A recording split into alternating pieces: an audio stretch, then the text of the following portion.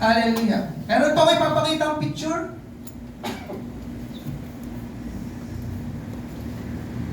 Ayan. Ano lang siya, parang cartoon. So, merong isang bata, amen, doon sa taas, doon sa first picture na nanonood ng basketball sa TV. Tapos sabi ng bata, I think maybe I'll try to learn sports. Sa tingin ko, siguro, susubukan kong matuto ng sports. Tapos sa ikalawang picture, medyo lumaki na yung bata. Naging kabataan na. Sabi naman niya, I think maybe I'll learn to play guitar. Sa tingin ko, siguro, matututo akong maggitara. Tapos sa ikatlong picture, yung kabataan ay adult na. Nanonood pa rin siya ng TV. Sabi naman niya, I think maybe I'll start exercising. Sa tingin ko, magsisimula na akong mag-ehersisyo. Tapos sa ikaapat na picture, tumanda na siya dahil yung kanyang ulo ay medyo napapanot na. May nakita na siyang malago, ang buhok sa TV. Kaya sabi niya, I think maybe I'll get a hairpiece. Amen? Sa tingin ko ay dapat akong kumuha ng wig. Amen? Para ipantabal sa kanyang ulo. Kung siya talagang matanda na, sa ikalimang picture, meron na siyang apo. Tinanong siya ng apo niya, what did you do with your life, Grandpa? Sa Tagalog, ano pong ginawa mo sa buhay mo, Lolo? Sumagot naman sa ika-anim na picture, yung matandang lalaki, sabi niya ay, I'm thinking.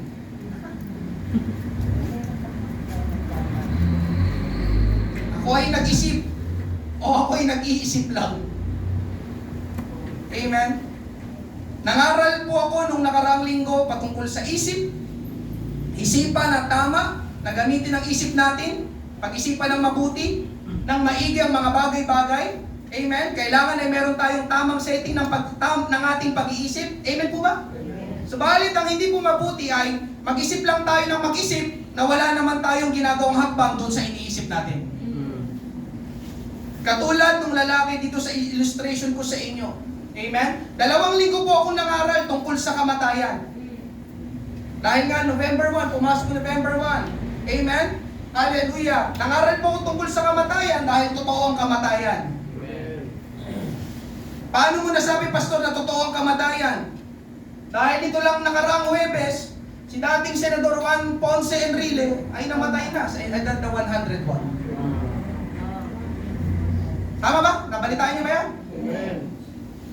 Madalas siyang ginagawang biro sa social media dahil sa haba ng kanyang buhay. Di ba? Naabutan niyo pa daw yung mga sinauna. Di ba? Yes, humaba ang kanyang buhay, pero hindi habang buhay. Dahil mamamatay ang tao at patunay siya doon. Amen po ba? Amen. Parang kailan lang, di ba? Napapanood niyo pa sa TV, sa mga hearing siguro. Amen? Tinalakay po natin ang dalawang destinasyon na mapupuntahan ng tao pag namatay ang tao. Nangaral ako ng impyerno at kinasunod na linggo, nangaral ako ng langit. Ngayong umaga mga kapatid, ang pag-uusapan natin ay yung bago tayo mamatay. Yung ito ngayon, yung habang tayo ay nabubuhay pa. Gaya ng tanong ng apo sa kanyang lolo, amen, natatanungin ko rin kayo, what did you do with your life?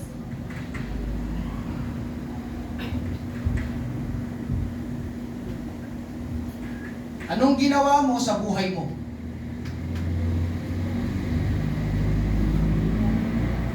Anong ginagawa natin habang tayo ay nabubuhay pa? Andiyan pa po ba kayo? Basahin natin ang ating main text, Ephesians chapter 5. Verses 15 hanggang 17. Kaya mag-ingat kayo kung paano kayo mamuhay. Huwag kayong mamuhay tulad ng mga mangmang, kundi tulad ng marurunong. Samantalahin ninyo ang lahat ng pagkakataon sa paggawa ng mabuti dahil marami ang gumagawa ng kasamaan sa panahong ito. Verse 17, kaya huwag kayong kumilos nang hindi nag-iisip. Nandiyan pa po ba kayo? Amen. Kundi unawain ninyo kung ano ang kalooban ng Panginoon. Pagpalain ng Diyos ang pagkabasa ng kanyang salita, tayo po ay manalangin ngayong umaga. Panginoon, marami pong salamat sa bilang ng mga mananampalataya na narito. Tulungan mo, Panginoon Diyos, ang pangangaral ng iyong salita. Ito'y mga salita mo, Panginoon Diyos. Gamitin mo ako, gamitin mo ang aking labi. Pagbigay ka ng kaunawaan, kaalaman, Panginoon Diyos. Hallelujah. Salamat, Panginoon, sa iyong pagtuturo. Salamat sa iyong pagtutuwid. At salamat, O Diyos, sa pagpapagaling na gagawin mo, Panginoon Diyos, sa puso ng bawat isa. Panginoon, tulungan mo kami. Hallelujah. Habang kami nabubuhay pa sa aming mga ginagawa, Panginoon, sa mundong ito. Marami pong salamat. Ito po ang aming panalangin. Sa pangalan ni Jesus, lahat ay magsabi ng Amen! Palampakan natin ang ating Panginoon. Praise God. Ang sabi sa unang bahagi ng verse 15, Ephesians 5:15, kaya mag-ingat kayo kung paano kayo mamuhay. Sabi sa New Living Translation, so be careful how you live. Amen? Kaya pamagat ng pangaral na ito ay isang tanong. How do we live? How do we live? Sa Tagalog, paano tayo namumuhay? Sinong buhay ngayong umaga? Amen. Amen? Bakit ko tinatanong, mga kapatid? Dahil una, paano tayo namumuhay? Dahil una, bakit ko tinatanong? Merong mga tao kasi na namumuhay sa buhay na ito nang may kamangmangan. Kaya una, mga kapatid, foolish living. Namumuhay ng may kamangmangan. Ephesians 5:15, kaya mag-ingat kayo kung paano kayo mamuhay. Huwag kayong mamuhay tulad ng mga mangmang. Nabasa niyo ba yun? Amen? Tayo mga kapatid ay binabalaan na huwag tayong mamuhay tulad ng mga mangmang.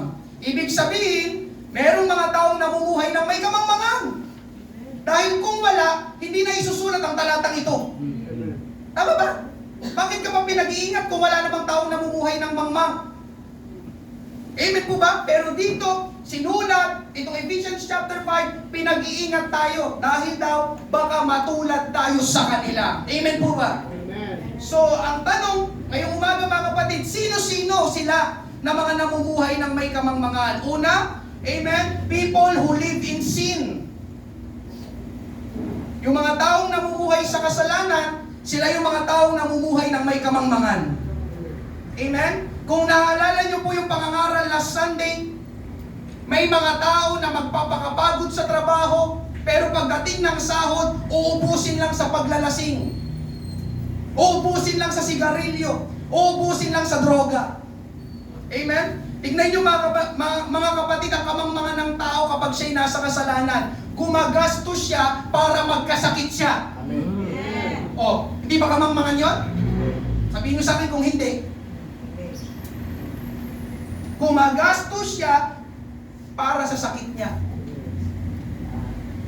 Bibili ng alak. Ano bang ginagawa ng alak? Good for the health. Bibili ng sigarilyo. Ano bang ginagawa ng sigarilyo? Bibili ng shabu. Ano bang ginagawa ng shabu?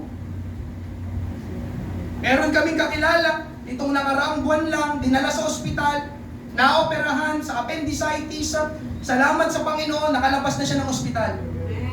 Pero alam niyo, sabi niya sa akin, Pastor, post muna ako sa bisyo. So kapag magaling ka na, ano ulit kayo? Chain smoker kasi yun. So post muna ako sa bisyo. So pag okay na po kayo, sigarilyo ulit. Mula umaga hanggang gabi, hala, sige ang hitit ng sigarilyo. Amen? So alam niya mga kapatid na may kinalaman ang kanyang paninigarilyo sa nangyari sa kanyang kalusugan. Alam niya, ba't niya nasabi, Pastor, post muna ako sa bisyo. Yun talaga yung sinabi niya, bisyo. So post muna ako sa bisyo. Amen? Alam ng tao na masama, pero gagawin pa rin. Anong tawag doon? Ang tawag doon ay kamangmangan. Amen? So, nakita niyo mga kapatid, merong taong mga namumuhay ng may kamangmangan? Tignan niyo, sabi pa ng Bible, Proverbs 49, baliwala sa mga hangal ang makagawa ng kasalanan. Ngunit ang taong matuwid ay gustong maging kalugod-lugod sa Diyos. Sabi sa English, fools don't care if they sin. Pero yun yung mga kapatid. Wala daw silang pakialam, baliwala daw sa kanila kung gumawa sila o kung magkasala sila. Ganun daw ang mangmang. Amen? Walang pakialamang tao, malugmok man ang buhay niya dahil sa kasalanan. Amen? Uulitin ko pa rin ito mga kapatid. Hindi nakakapagginhawa ang sugal kundi nakakapaglugmok. Amen. Sino sa inyo guminhawa sa sugal? Kakasugal? O kabaligtaran, ikay nalugmok kung sinubukan mo magsugal. Amen? Kaya ang daming taong nababaon sa utak. Kakasugal na puro talo naman. Amen? Iisa pa, baka daw manalo. Talo ulit. Isa na naman. Talo ulit. Isa na naman. Talo na naman. Hanggang sa magbenta na siya ng gamit at magkautang-utang. Anong tawag doon?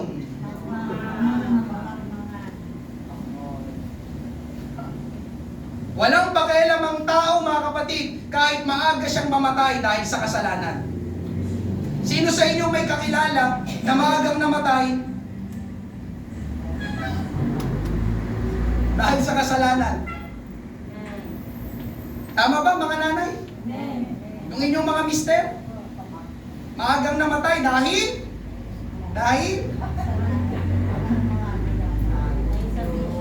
Yung mga nanay na narito, mga byuda na po sila.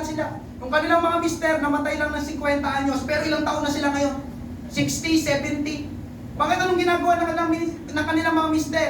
Pagdating ng umaga, hahanap ng gin, ang kanyang tubig ay gin. Asan sila ngayon? Sila yung mga patotoo, di ba? Wala silang pakialam kahit maaga silang mamamatay dahil sa kasalanan. Amen? Alam niyo mga kapatid, ako din may kakilala ko, pakinggan niyo ito, na namatay lang na nasa 30s lang edad o mas bata pa. Ano naman kinamatay, pastor? HIV o AIDS. May kakilala kayo? Ako may kakilala ko. Kababata ko pa sa Mandaluyong. Saan nakuha yung sakit na yun? Pakikipagtalik sa pareho mong kasarian. Lalaki sa lalaki. Amen po ba? Pero mo lalaki ka, makikipagtalik ka sa kapwa mo lalaki, anong tawag doon? Kaya tamang sinabi ng Bible mga kapatid, mangmang. Nakakalungkot, nakakadismaya, nakakaawa ang mga taong namumuhay sa kasalanan dahil pakinggan mo ito mga kapatid, ang taong namumuhay sa kasalanan, palaging pababa ang agos ng buhay. Amen. Wala akong nakitang namuhay sa kasalanan pataas ang agos ng buhay. Laging pababa. Amen po ba? Amen. Ikalawa, amen? People who are too focused on earthly things. People who are too focused on earthly things. Kamangmangan din ito mga kapatid kapag tayo ay namuhay na masyadong focus sa mga bagay dito sa mundo. Bakit kamangmangan?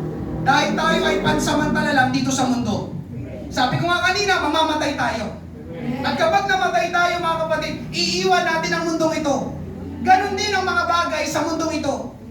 Hindi natin madadala pagkamatay natin. Tama po ba? Hallelujah! Hindi po masama magkaroon ng maraming pera, pero hindi po natin madadala ang pera kapag namatay tayo. Hindi po masama magkaroon ng mga ari-arian, pero hindi natin madadala ang ari-arian kapag namatay tayo. Hindi po masama na magkaroon tayo ng trabaho, pero hindi natin madadala ang trabaho natin kapag namatay tayo. Kaya, kung iiwan pala natin ang mga bagay dito sa mundo, mga kapatid, bakit masyado tayong nag-focus sa mga bagay dito sa mundo? Amen?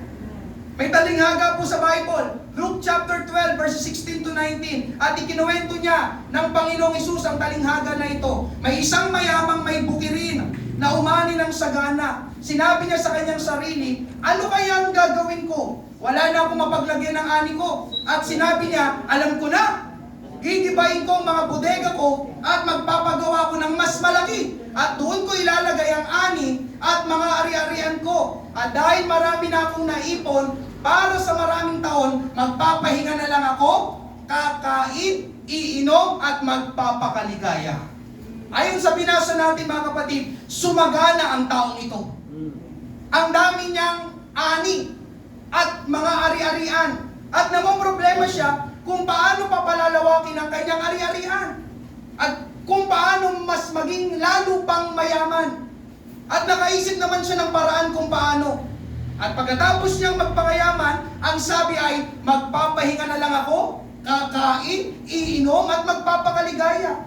So mga kapatid, ngayong umaga, pwede nating sabihin na maraming achievements ang taong ito.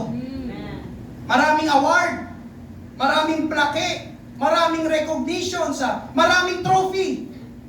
Amen? Pero mga kapatid, pumasok ang Diyos sa eksena. Tuloy natin ang pagbasa. Verse 20. Ngunit sinabi sa kanya ng Diyos, hangal! Ngayong gabi ay babawiin ko sa iyo ang buhay mo. Kanino ngayon mapupunta ang lahat ng inipon mo para sa iyong sarili?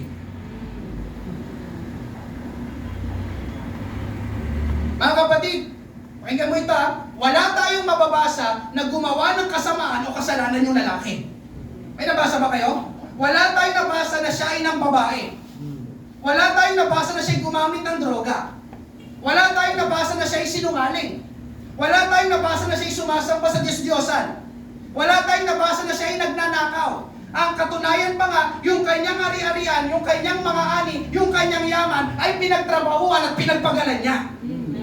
Pero nabasa natin mga kapatid ngayong umaga, tinawag pa rin siya ng Diyos na hangal! Nabasa niyo ba yun? O wala ka nakabasa? Alam niyo hangal? Mangmang! Hindi ako nagsabi, ang Diyos, ang Bible, nilagay ko lang dito sa monitor. Amen? Sabi pa sa English, New Living Translation, but God said to him, you fool! You will die this very night. Then who will get everything you work for? You fool! Alam niyo mga kapatid, kapag sinabihan ka ng mangmang, negative yun. Kabaliktaran nyo ng papuri. Amen. At napakasakit sa damdamin na tawagin tayong mangmang ng Diyos. Amen po ba? Amen. Yung sabihan ka nga lang, di ba? Yung sabihan ka lang ng ibang tao. Ang B.O.B.O. nito. Ito naman, ang tangga-tangga nito. Di ba?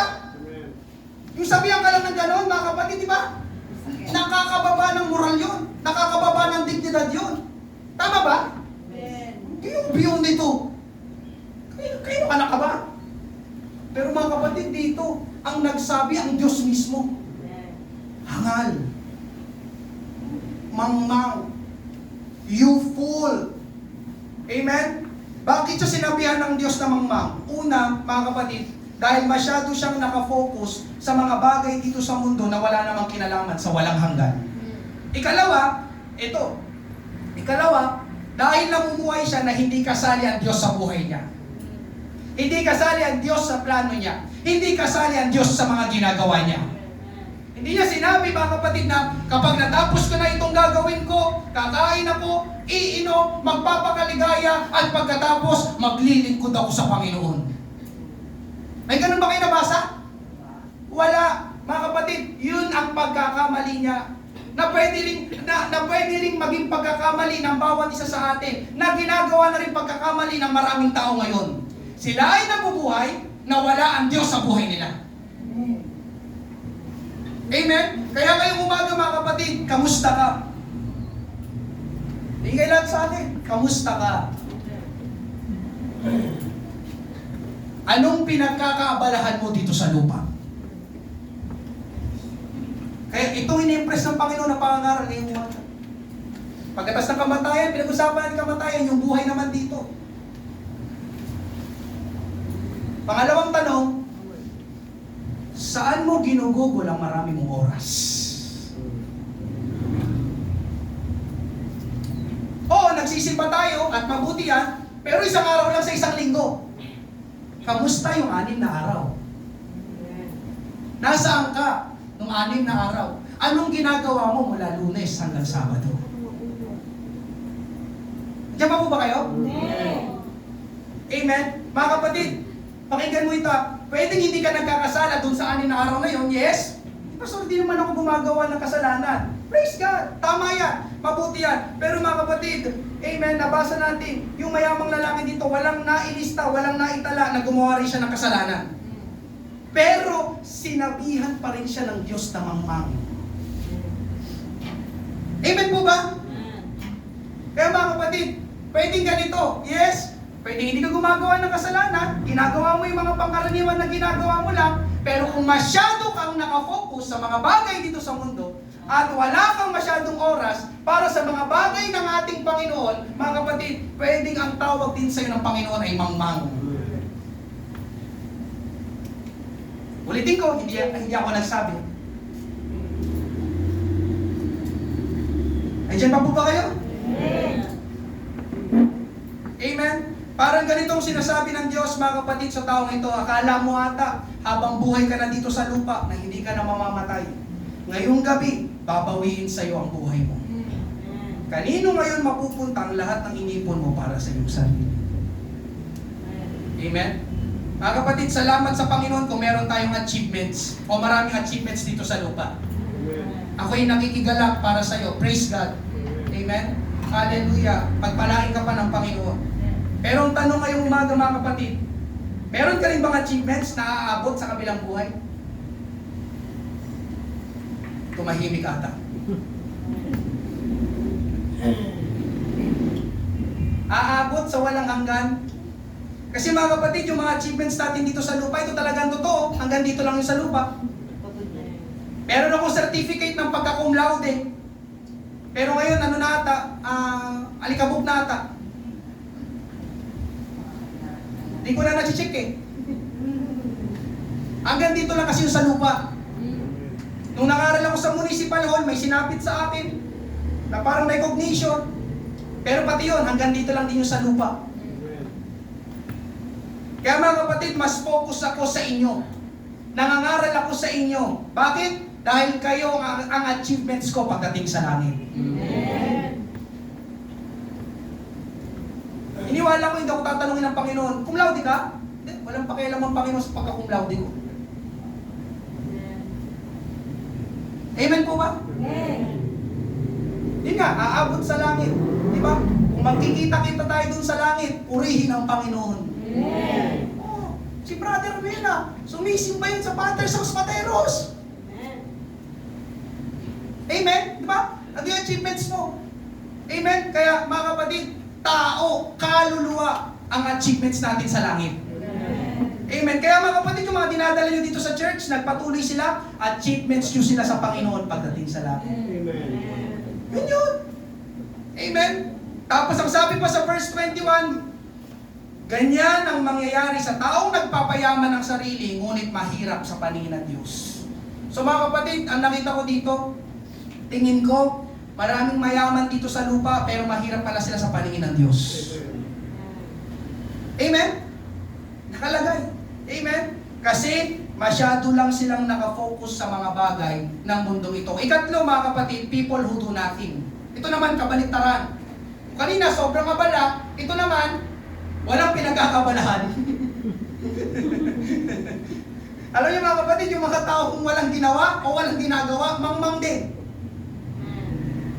Tulad sa introduction kanina mga kapatid, biruin nyo, buong buhay ng tao na yun, nag-isip lang siya, Grandpa, what did you do with your life? Grandson, I'm thinking. Amen? Kung masama ang iniisip mo, tama lang na huwag mong gawin. Pero kung mabuti ang iniisip mo, bakit hindi mo gawin? Pastor, tinatamad kasi ako. Kaya pala walang asenso sa buhay. Kasi tamad. Andiyan pa po ba kayo? Mga kapatid, sabi ng Bible, hindi pinagpapala ng Diyos ang tamad. Walang babagsak sa langit na isang sako ng pera. Tagal naman bumagsak. Amen? May nakita ba kayong masenso na tambay? Sige. Gusto ko makita. May nakita kayong masenso na tambay. Feeling mo masenso lang kasi nakataas yung paa kapag nakahiga sa sofa. Pero walang pag-asenso kasi tamad. Tama ba? Tambay nga eh. Ibig sabihin, walang ginagawa. Amen? Gusto kong makita ang kamay ng mga naiinis sa tamad. Amen. O ikaw mismo yung tamad. Amen? Tingnan nyo mga kapatid, kayo na nagsabi, di ba? Ang sakit sa mata ng tamad. Amen.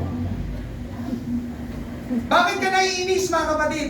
Bakit? Dahil ang dami niyang pwedeng gawin pero hindi niya ginagawa. Tama ba? Bata-bata mo pa. Ang lakas-lakas mo pa. Wala ka namang sakit. Bakit hindi ka maghanap ng trabaho? May pera ka pa sana, may pera pa sana tayo. Nakakatulong ka pa sana. May ambag ka sana sa buhay. Amen? Sa halip na umasenso, tumunlad ang buhay, hindi nangyayari dahil walang ginagawa. Amen? Tingnan nyo sabi mga kapatid, James 4:17. Kung alam ng isang tao ang mabuti na dapat niyang gawin, ngunit hindi naman ginagawa, nagkakasala siya. Amen. Nagkakasala siya. Amen. Nagkakasala siya. Amen. Kung alam mo may dapat kang gawin pero hindi mo ginagawa, sabi ng Bible, nagkakasala ka. Hindi ako nagsabi. Amen po ba? Kaya mga kapatid, hallelujah, ngayong umaga, kamang mga nang walang ginagawa o hindi ginagawa ang dapat na gawin na mabuti. Itong tatlo ito mga kapatid, ang foolish living. Namumuhay sa kasalanan, masyadong focus sa mga bagay sa mundo ito, at yung pangatlo, wala na siyang ginagawa. Wala siyang pinagkakabalahan. Ngayong umaga mga kapatid, ang resulta ng tatlong ito ay kasayangan ng buhay. Kaaksayahan ng buhay. Kapag namumuhay tayo ng may kamangmangan, mga kapatid, sayang ang buhay. Kapag namumuhay tayo sa kasalanan, sayang ang buhay.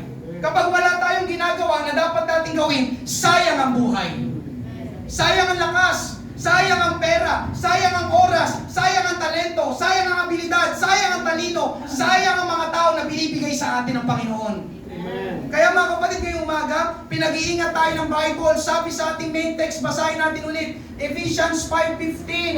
Kaya mag-ingat kayo kung paano kayo mamuhay. Talagang pinag-iingat tayo ng salita ng Diyos. Amen? Huwag kayong mamuhay tulad ng mga mangmang. Bakit? Dahil sayang ang buhay kapag namuhay tayo ng may kamangmangan. Kaya ngayong umaga mga kapatid, ang katotohanan, ang daming nasasayang na buhay ngayon dahil namumuhay sila ng may kamangmangan. Amen? Kaya sabi ni John Piper, amen, desire that your life count for something great. Long for your life to have eternal significance. Want this. Don't cause true life without a passion. Naisin mo na ngayong buhay ay makagawa para sa isang bagay na dakila o mahusay. Manabik para sa iyong buhay na magkaroon ng walang hanggang kabuluhan. Gustuhin mo ito. Huwag baybayin ang buhay ng walang sigla. Ngayon mga kapatid, ang tanong, paano tayo makakagawa o magkakaroon ng buhay na may kabuluhan? O paano natin maiiwasan na makapamuhay tayo ng may kamangmangan? Ang sagot mga kapatid ay ano bang kabaliktaran ng kamangmangan? Kadalinuhan. O sa ibang tawag sa Tagalog ay karunungan. Amen? Yun ang kailangan natin, mamuhay tayo ng may karunungan. Itong ikalawa, living wisely. Amen? Living wisely. Ephesians 5:15. Kaya mag-ingat kayo kung paano kayo mamuhay. Huwag kayong mamuhay tulad ng mga mangmang, kundi tulad ng marurunong. Don't live like fools, but like those who are wise. Amen? Kagaya ng mga marurunong. So ngayong umaga mga kapatid, alam na natin ang dapat gawin, mamuhay ng may karunungan. Ang sunod na tanong ay, Pastor, paano? Saan magsisimula? Anong gagawin? Ang sagot ay nasa verse 17. Amen? Kaya huwag kayong kumilos nang hindi nag-iisip, kundi unawain ninyo kung ano ang kalooban ng Panginoon. Mga kapatid, kung gusto mong makapamuhay ng may karunungan, dapat ay alam at unawa mo ang kalooban ng Panginoon. Ulitin ko, kung gusto mong makapamuhay ng may karunungan, dapat ay alam at unawa mo ang kalooban ng Panginoon. Amen. Kapag sinabing kalooban, sa ibang tawag ay gusto. Kalooban ng Panginoon, gusto ng Panginoon. Nakuha niyo po? Amen. Amen? Parang gusto rin yung kalooban. Kalooban ay gusto. Nais. Amen? At sinong naniniwala ngayong umaga na hindi masama ang Panginoon? At dahil hindi masama ang Panginoon, hindi rin masama ang kanyang kalooban. Hindi rin masama ang kanyang gusto. Amen po ba? Ang gustong ipagawa ng Panginoon sa atin, ang gustong mangyari ng Panginoon sa atin ay palaging mabuti. Kaya mga kapatid, ngayong umaga, ang plano ng Panginoon sa iyo, ang pinakamabuting plano. The best plan. Ang layunin ng Panginoon sa buhay mo ay perpektong layunin. Perfect purpose. Kaya sinasabi sa atin ngayong umaga mga kapatid, unawain natin ang kalooban ng Panginoon.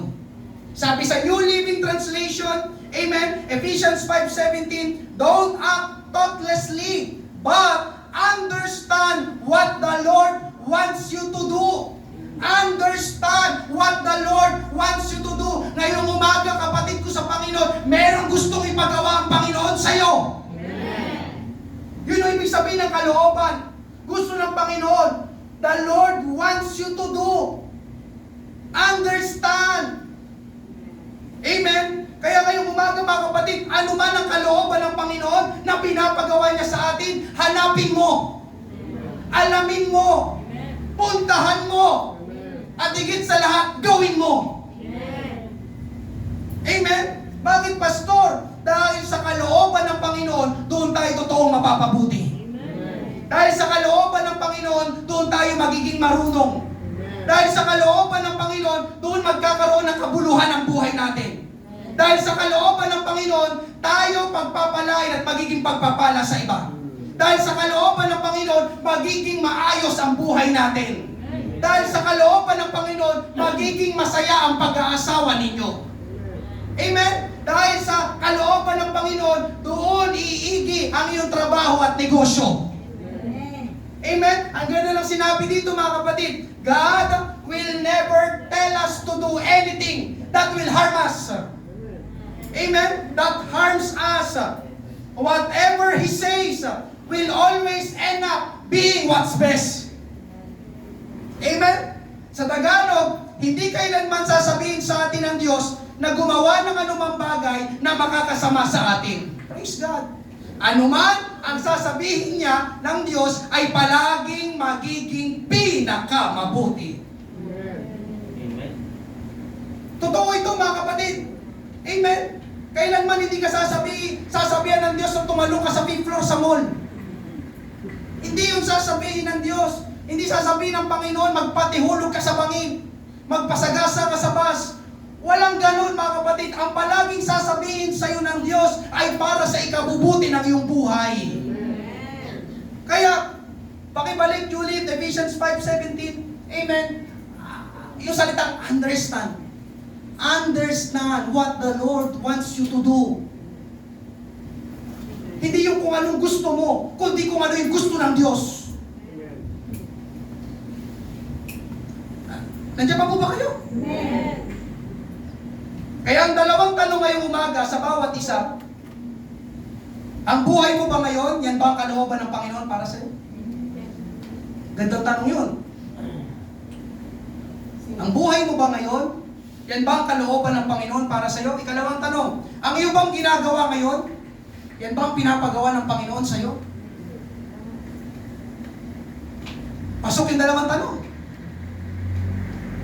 Ginagawa ko ba ngayon? Kalooban ba ito ng Panginoon? Dahil kung hindi mga kapatid, pwedeng hindi maganda ang mangyari.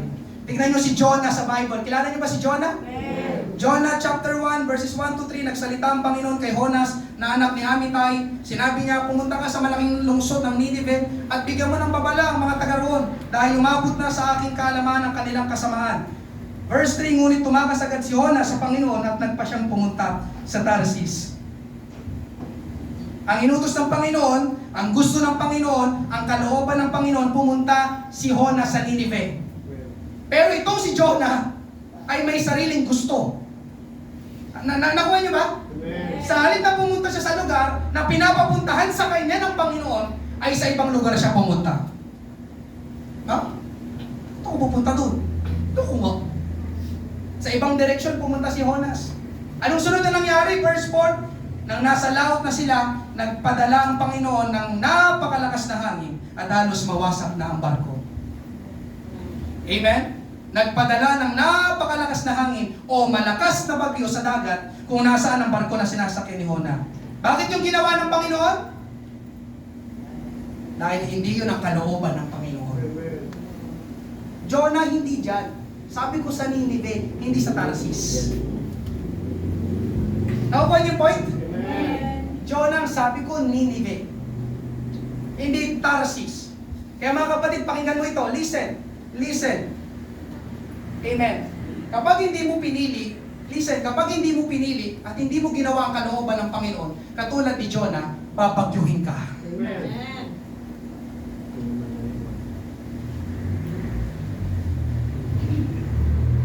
Jonah, hindi yan ang kalooban ko. Ginawa ng Panginoon, okay. Padala ng bagyo. Ganon kahalaga ang kalooban ng Panginoon. Amen? Sinong binabagyo ang buhay mo ngayon? Amen. Huwag mo na itaas ang iyong kamay. Suriin mo mabuti mga kapatid. Suriin mo mabuti. Listen, mahalaga ito. Suriin mo mabuti. Baka yung landas na tinatahak mo ngayon ay hindi pala kalooban ng Panginoon. Lord, why are these things happening to me, to my life? Kaya alam nyo mga kapatid, sa lahat ng gagawin natin, sa lahat ng gusto nating gawin, mas mabuti kung tatanungin muna natin kung yun bang gagawin natin ay kalooban ng Panginoon. Amen. Oh, mga kapatid, totoo ito. Sa trabaho, sino dito may trabaho? Maganda tinatanong natin, Panginoon, kalooban mo ba ito? Amen? Itong papasukin ko na trabaho, kalooban mo ba ito? Pastor, bakit pati trabaho? Kasi kapag nagkaroon ka ng trabaho na hindi ka na makakadula sa church, sigurado hindi ang kalooban ng Panginoon. Gugustuhin ng Panginoon na mawala ka sa church, magkatrabaho ka lang, I don't believe it. Amen? Nandiyan pa po ba kayo? Kung hindi ka na makikita sa church, so, busy na ako sa trabaho eh. Ano ulit yung pinag-usapan natin kanina? Pag masyado kang focus sa mga bagay ng mundo ito, you fool! Nandiyan pa po ba kayo? Kaya pati sa pag-build ng trabaho, yung mga magtatrabaho po dito. Amen? Yes, ang trabaho po ay dapat. Kalooban ng Panginoon ang trabaho. Amen? Pero dapat ang trabaho ay pinipili. Pag pinasok ko ba ito? Amen? Mapapabuti ba ako dito? Mapapalapit ba ako sa Panginoon o mas lalo akong mapapalayo sa Panginoon? Sa negosyo, ganun din. Kalooban ba ito ng Panginoon? Sa mga tao na sinasamahan natin, kalooban ba ng Panginoon na lagi ko silang sinasamahan? At ito, amen? Labas lalo na ito, sa pag-aasawa. Tahimik ata.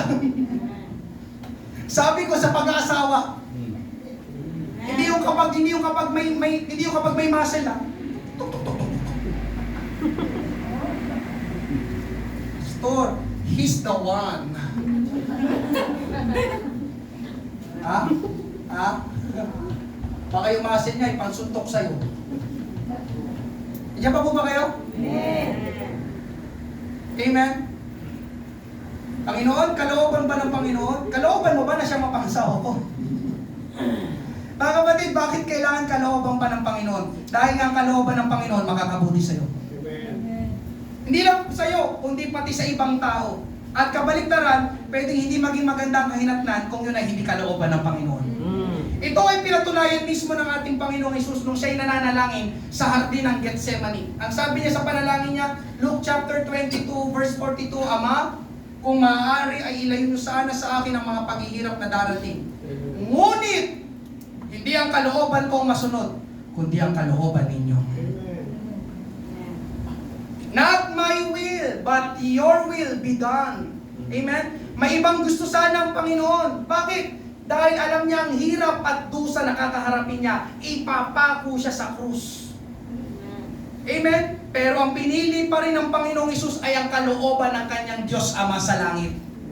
Hindi ang kalooban kong masunod, kundi ang kalooban ninyo. Pinili niya ang kalooban ng Diyos, mga kapatid. Bakit? Dahil alam ng Panginoon na wala nang masihigit na makakabuti pa sa kalooban ng Diyos. Kaya mga kapatid, ito ang tamang sabihin natin. Ang pinaka-perfect example natin ng ating Panginoong Hesus. Lord, not my will, but yours be done. Kasi mga kapatid, meron tayong kanya-kanyang gustong, meron tayong kanya-kanyang will. May gusto ka para sa iyo, para sa sarili mo, para sa pamilya mo, para sa mga anak mo, may gusto ka. Pero ang tanong ngayong umaga mga kapatid, iyan din ba ang gusto ng Panginoon? May sarili tayong will, lagi may pagtatalo ito. Pero ngayong umaga, kinakausap ka ng Panginoon. Tinuturuan ka ng Panginoon. Pinapaalalahanan ka ng Panginoon na kapag ang kalooban ng Diyos ang pinili mo, mga kapatid, hindi ka malulungkot, hindi ka maghihirap, hindi ka mapapahamak. Amen? Kaya anong nangyari mga kapatid? Nung sinunod ng Panginoong Hesus ang kalooban ng Diyos Ama sa langit, alam niyo nangyari? Pinagpala tayong lahat. Dahil nung namatay si Jesus doon sa krus, nabayaran lahat ng ating kasalanan at tayo ay maaaring makapasok sa langit. Palakpakan natin ang ating Panginoon. Hallelujah. Alam niyo mga kapatid, ako personally naranasan ko ito. Nagkaroon po ako ng ibang nobya. Bukod kay Rulin. Nung ako'y nag-aaral pa. College. Pero hindi mananampalataya yung aking naging nobya noon. Kundi siya ay deboto. Nung nandun sa Quiapo. Pasaway kasi ako noon. Akala nyo lang ang bait-bait ngayon ni Pastor Timothy. Bait-bait ni Pastor Timothy. Kapag binalikan natin yung buhay ko noon, nung nasa college ako, yan yung pastor namin. Yung buhok ko, pag ganon. Oo, yung mga picture ko dati. Amen? Ang nasusunod, yun nga, ang nasusunod noon, gusto ko. Gusto ko to eh. Amen? Ulitin ko, ang nasusunod ay gusto ko. Sino nasusunod sa'yo? Pero salamat sa Panginoon, pag-attend ko sa church noong 2017, nangusap muli ang Panginoon sa akin sa ganyan, nakaupo ko sa Mandaluyong Church. Amen? Maliwanag na maliwanag, nangungusap ang Panginoon sa akin kung anong kalooban niya para sa akin. So sa madaling sabi mga kapatid, naghiwalay kami nung dati kong nobya. Nagkabalikan kami ni Rulin. Amen? Basta una ko kasi naging girlfriend si Rulin. Nagkabalikan lang ulit kami. Amen? So, ikukwento ko ang buhay ko. At siya ang napangasawa ko ngayon na isang mananampalataya. Amen. Isang mananampalataya. Amen. Isang mananampalataya. Amen. Pasya ako, no nga, hindi tama ito. Oh, nakipaghiwalay. Amen? Delika po si Rulin. Pero, mga kapatid, linawin ko lang, sa mga narito, sa church, si Rulin lang naging girlfriend ko. Hindi ako papalit-palit ng babae sa church. Amen? So iniisip ko ngayon mga kapatid, ang iniisip ko ngayon, paano kaya kung yun ang napangasawa ko? Sabi ko nga sa inyo, deboto yun. Grabe yung kanyang pagka-deboto. Hindi yun uma-absent doon sa yung tawag translasyon.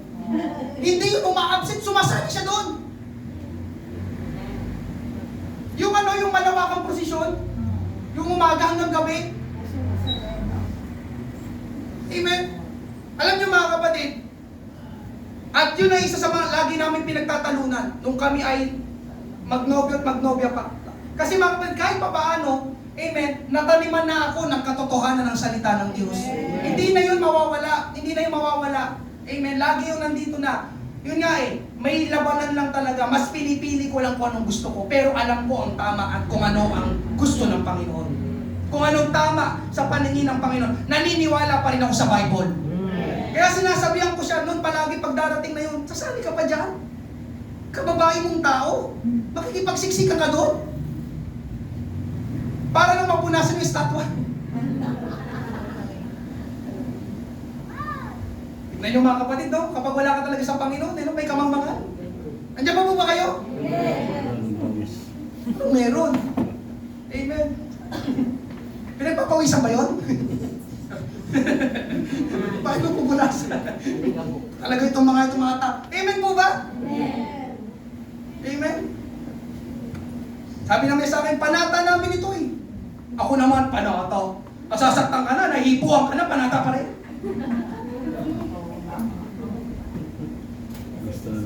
Kaya totoo talaga mga kapatid. kapatid, kapag hindi mo kilala ang Panginoon, wala. Mamumuhay ka may kamangmangan.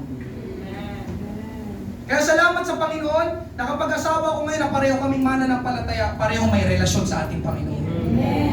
Kaya, hindi ko ito sinasabi, kundi para yung, sinasabi ko ito, mga kapatid, dahil pinasasalamatan ko ang Panginoon.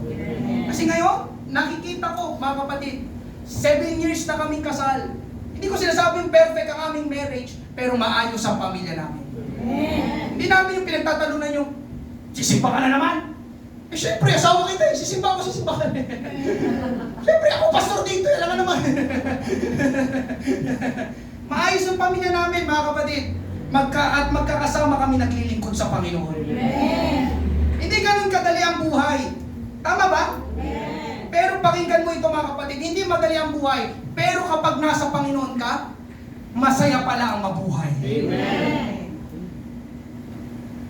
Kapag nasa kalooban ka ng Panginoon, may saysay pala ang buhay. Amen. Kaya ganun na lang, mga kapatid, ang paghikayat sa atin na gawin ang kalooban ng Panginoon. Amen?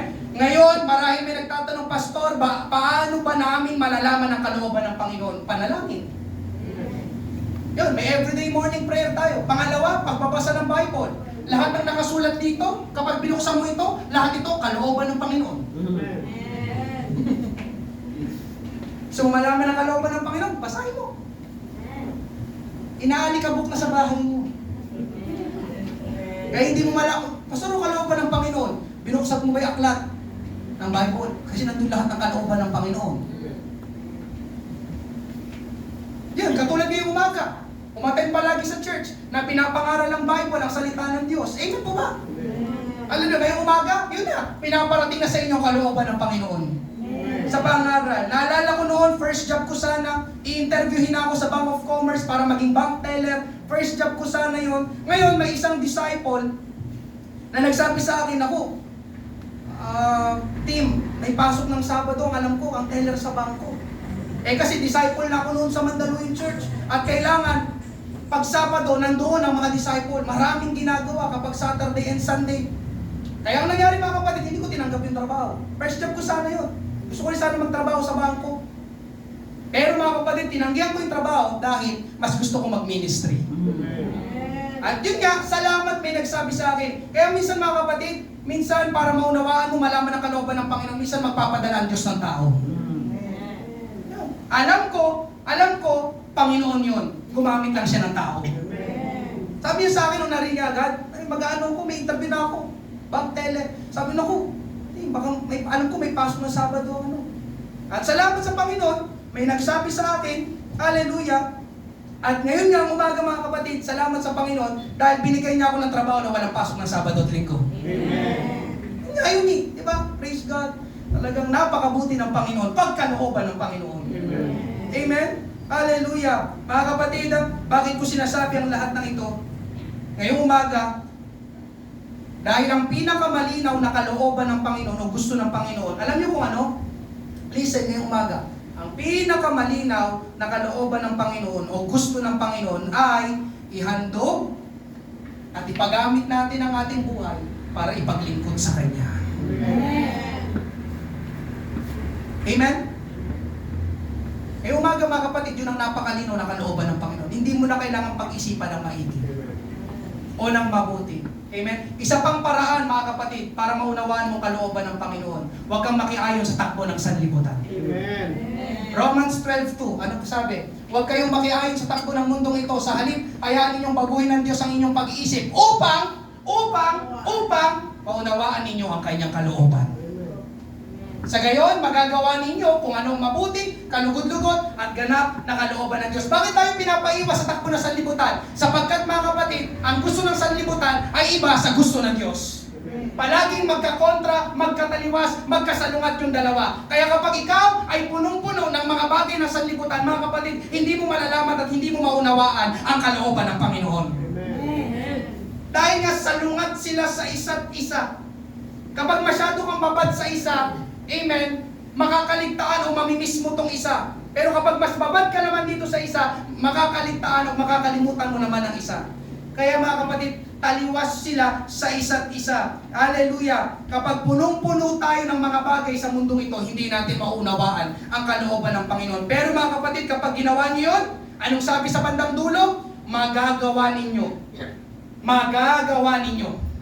Magagawa ninyo. Kung ano ang mabuti, kalugod-lugod, at ganap na kalooban ng Diyos. Tingnan niyo mga kapatid, ang kalooban pala ng Diyos mabuti. Ang kalooban pala ng Diyos kalugod-lugod. Ang kalooban pala ng Diyos ganap, o sa English ay perfect. Iyon ang kalooban ng Panginoon. Magagawa niyo yun kung hindi kayo aayon sa takbo ng mundong ito. Amen po ba? Kaya mga kapatid, ang sabi ni George W. Truett, to know the will of God is the greatest knowledge. To do the will of God is the greatest achievement. Amen? Ang malaman ng kalooban ng Diyos ay ang pinakadakilang kaalaman. Ang gawin ng kalooban ng Diyos ay ang pinakamalaking tagumpay. Amen? Kaya ang alam, ang gumagawa ng kalooban ng Diyos ay namumuhay ng may karunungan. Dahil ang ginagawa niya ay sa Diyos. Amen? Bilisan na lang natin mga kapatid, maikli na lang din naman ito, pangatlo panghuli. Ito yung title natin, How Do We Live? Ang pangangaral na ito ngayong umaga ay self-reflection ng iyong buhay. Kamusta ka? Kamusta ang takbo ng iyong buhay? Kamusta ang iyong mga ginagawa? Kamusta ang mga pinagbubugulan mo ng iyong oras? Kamusta ka, kapatid ko sa Panginoon? Amen? Namumuhay ba tayo ng may kamangmangan o namumuhay ba tayo ng may karunungan? Namumuhay ba tayo, amen, sa kalooban ng Diyos o namumuhay tayo labas sa kalooban ng Diyos? Amen? Hallelujah. Ang pamagat, mga kapatid, ay isang patanong, how do we live? Dahil isang beses lang ang buhay. Isang beses lang. Isang beses lang. Amen? Hindi na natin may babalik ang mga lumilipas na oras. Kaya ang gawin ng kalooban ng Diyos, hindi bukas, hindi sa susunod na araw, kundi ngayon na. Paglabas mo dito, hanapin mo agad ang kalooban ng Panginoon. Isang beses lang ang buhay. Amen po ba? Kaya ang sabi sa verse 16, samantalahin ninyo ang lahat ng pagkakataon sa paggawa ng mabuti. Dahil marami ang gumagawa ng kasamaan sa panahong ito. Sino naniniwala na ang daming gumagawa ng kasamaan sa panahong ito? Ang dami mga kapatid. Ang daming nagnanakaw, ang daming nandadaya, ang daming scammer. Tama ba? Amen. Mga kapatid, payong pastor lang. Amen. Kapag may lumapit sa'yo, nag-chat sa'yo, na hindi mo naman talaga kakilala, huwag mo na kagad i-entertain. Andiyan pa po ba kayo? At, isa pa, hindi lahat ng sinesend sa inyo na link ay lagi mong i-click. Andiyan pa po ba kayo? Payong pastor lang. Dahil nga uso ngayon ang scam. Nag-iingat lang kayo. Amen po ba? At isa pa mga kapatid, pakinggan nyo ito, mahalaga ito. Mga kapatid, huwag kayong masilaw sa madaling pera. Walang ganon. Ulitin ko, walang ganon. Hello? Bibigyan ko ng 10,000. Sulat nyo ng mga kapatid, walang ganon. Rare ng libre ngayon. Bihira na. Amen po ba? Rare na yun. Makakatanggap ka ng gano'n, ng 8,000. Mag-register. Ha? Wala naman ako sinalihan. Ba't ako makakatanggap ng ganito? Kaya mga kapatid, dito nga eh. Mamuhay tayo ng may karunungan. Unawain mo, ano ba to? Unawain ng mabuti. Mga kapatid, walang mabilis na pag-agos ng pera. Kakamadali mo, mawawalan ka pa. Amen po ba? Amen. Lahat ng success, lahat ng victories, pinaghihirapan. Amen. Walang mabilis. Pag umakyat ka ng bundok, amen. Diba? Hirap umakyat, di ba? Nakapagod naman ito. Di ba? Pinaghihirapan para makakyat doon sa tuktok. Nandiyan pa po ba kayo? Ngayong umaga mga kapatid, ang daming gumagawa ng kasamaan, huwag na natin dagdagan. Sabi, samantalahin natin ang pagkakataon na gumawa ng mabuti. Yung inyong pagdalo sa church, yan ay mabuti. Yung inyong pagtulong sa mga nangangailangan, yan ay mabuti. Yung inyong pananalangin para sa ating bansa, yan ay mabuti. Yung inyong pananalangin sa mga may sakit, yan ay mabuti. Yung inyong pananalangin sa mga backslider, yan ay mabuti. Yung inyong pananalangin na maligtas ang inyong mahal sa buhay, yan ay mabuti. Yung inyong pagbibigay na ginagawa, yan ay mabuti. Yung inyong paglilingkod sa Panginoon, yan ay mabuti. Amen. Yung pakikisangkot sa mga gawain, pakikisangkot sa mga ministry, yan ay mabuti. Amen, mga kapatid. Ang totoo, ang daming mabuti na pwede natin gawin. Amen? Hanapin mo lang. Amen? Ngayong umaga sa akin pagtatapos, mga kapatid, nangaral ako nung nakarang Huwebes, ang kaluwalhatian ay dapat sa Diyos lang. Glory belongs to God. Amen? At kapag ginagawa natin ang kalooban ng Diyos na mabuting gawin, ay nagbibigay tayo ng kaluwalhatian sa Diyos. Amen? Konektado ang paggawa ng mabuti na sinabi dito sa Ephesians, amen, para maluwalhati ang Diyos. Panguling verse, Matthew 5:16, gayon din naman, paliwanagin ninyo ang inyong ilaw upang makita ito ng lahat. Sa gayon, pasaksihan nila ang inyong mga mabubuting gawa at luluwalhatiin nila ang inyong Amang nasa langit. Kapatid, hallelujah, yung ginawa ng Panginoon sa ating buhay dapat makita ng ibang tao. At sila ay luluwalhati sa Diyos na nasa langit. Amen? Ito dapat ang buhay natin ngayon habang nabubuhay tayo. Ang ating buhay dapat nagbibigay kaluwalhatian sa Diyos. Ngayong umaga, magtatanong ulit ako, how do we live? How do you live? Amen? Kapatid, mamuhay tayo ng may karunungan. Bakit, Pastor? Nang sa ganon, hindi sayang ang iyong buhay. Isa lang ang buhay, isa lang. Baka dumating yung araw na ang lahat ng mga nangyari sa iyo ay maging regret mo. Sana pala. Sana pala. Ganun ba sasabihin mo in the future? Sana pala. Sana pala. O ang sasabihin mo in the future, buti na lang. Buti na lang. Sinunod ko ang kalooban ng Panginoon. Doon sa dalawa, sana o buti. Buti na lang. Amen? Ngayong umaga, purihin natin ang Panginoon, magsiyukot tayo na. Amen? Hallelujah. How do we live? How do you live? Are you living foolishly? Or are you living wisely? Amen? Ang kalooban ng Panginoon, mamuhay tayo ng may karunungan. Hallelujah. Sayang ang buhay, mga kapatid. Sayang kapag namumuhay tayo na hindi ayon sa kalooban ng Panginoon. Thank you, Lord. Hallelujah. Gamitin na natin ang ating buhay sa pinakamabuti. Makakapagbigay ng kaluwalhatian sa Panginoon at magiging pagpapala sa ibang tao. Hallelujah. Thank you, Lord. Binubuksan ko po ang ating altar. Meron po bang first time ngayong umaga? Hallelujah. Kung wala, mga kapatid, binubuksan natin ang ating altar. Lalapit pa rin tayo sa ating Panginoon. Saliksikin, suriin mo ng mabuti ang iyong buhay ngayon. Ito ay isang pangangaral ng self-reflection ng iyong buhay. Kamusta ka, kapatid ko sa Panginoon? Pinapaalalahanan lang tayo ng Panginoon. Amen? Gusto lang tayong ituwid ng ating Panginoon ngayong umaga. Marami tayong gusto. Yes, totoo yun. Marami tayong gusto. Hallelujah. Pero mga kapatid, nawa, napakinggan natin ngayong umaga, ang piliin pa rin natin ay kung ano ang kalooban o gusto ng Panginoon. Sapagkat sa kalooban ng Panginoon, doon ka totoong mapapabuti. There is nothing good outside the will of God. There is nothing good outside the will of God.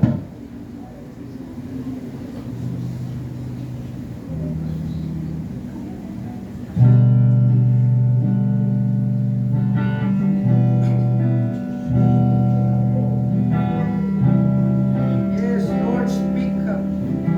Praise God. The splendor of a king, clothed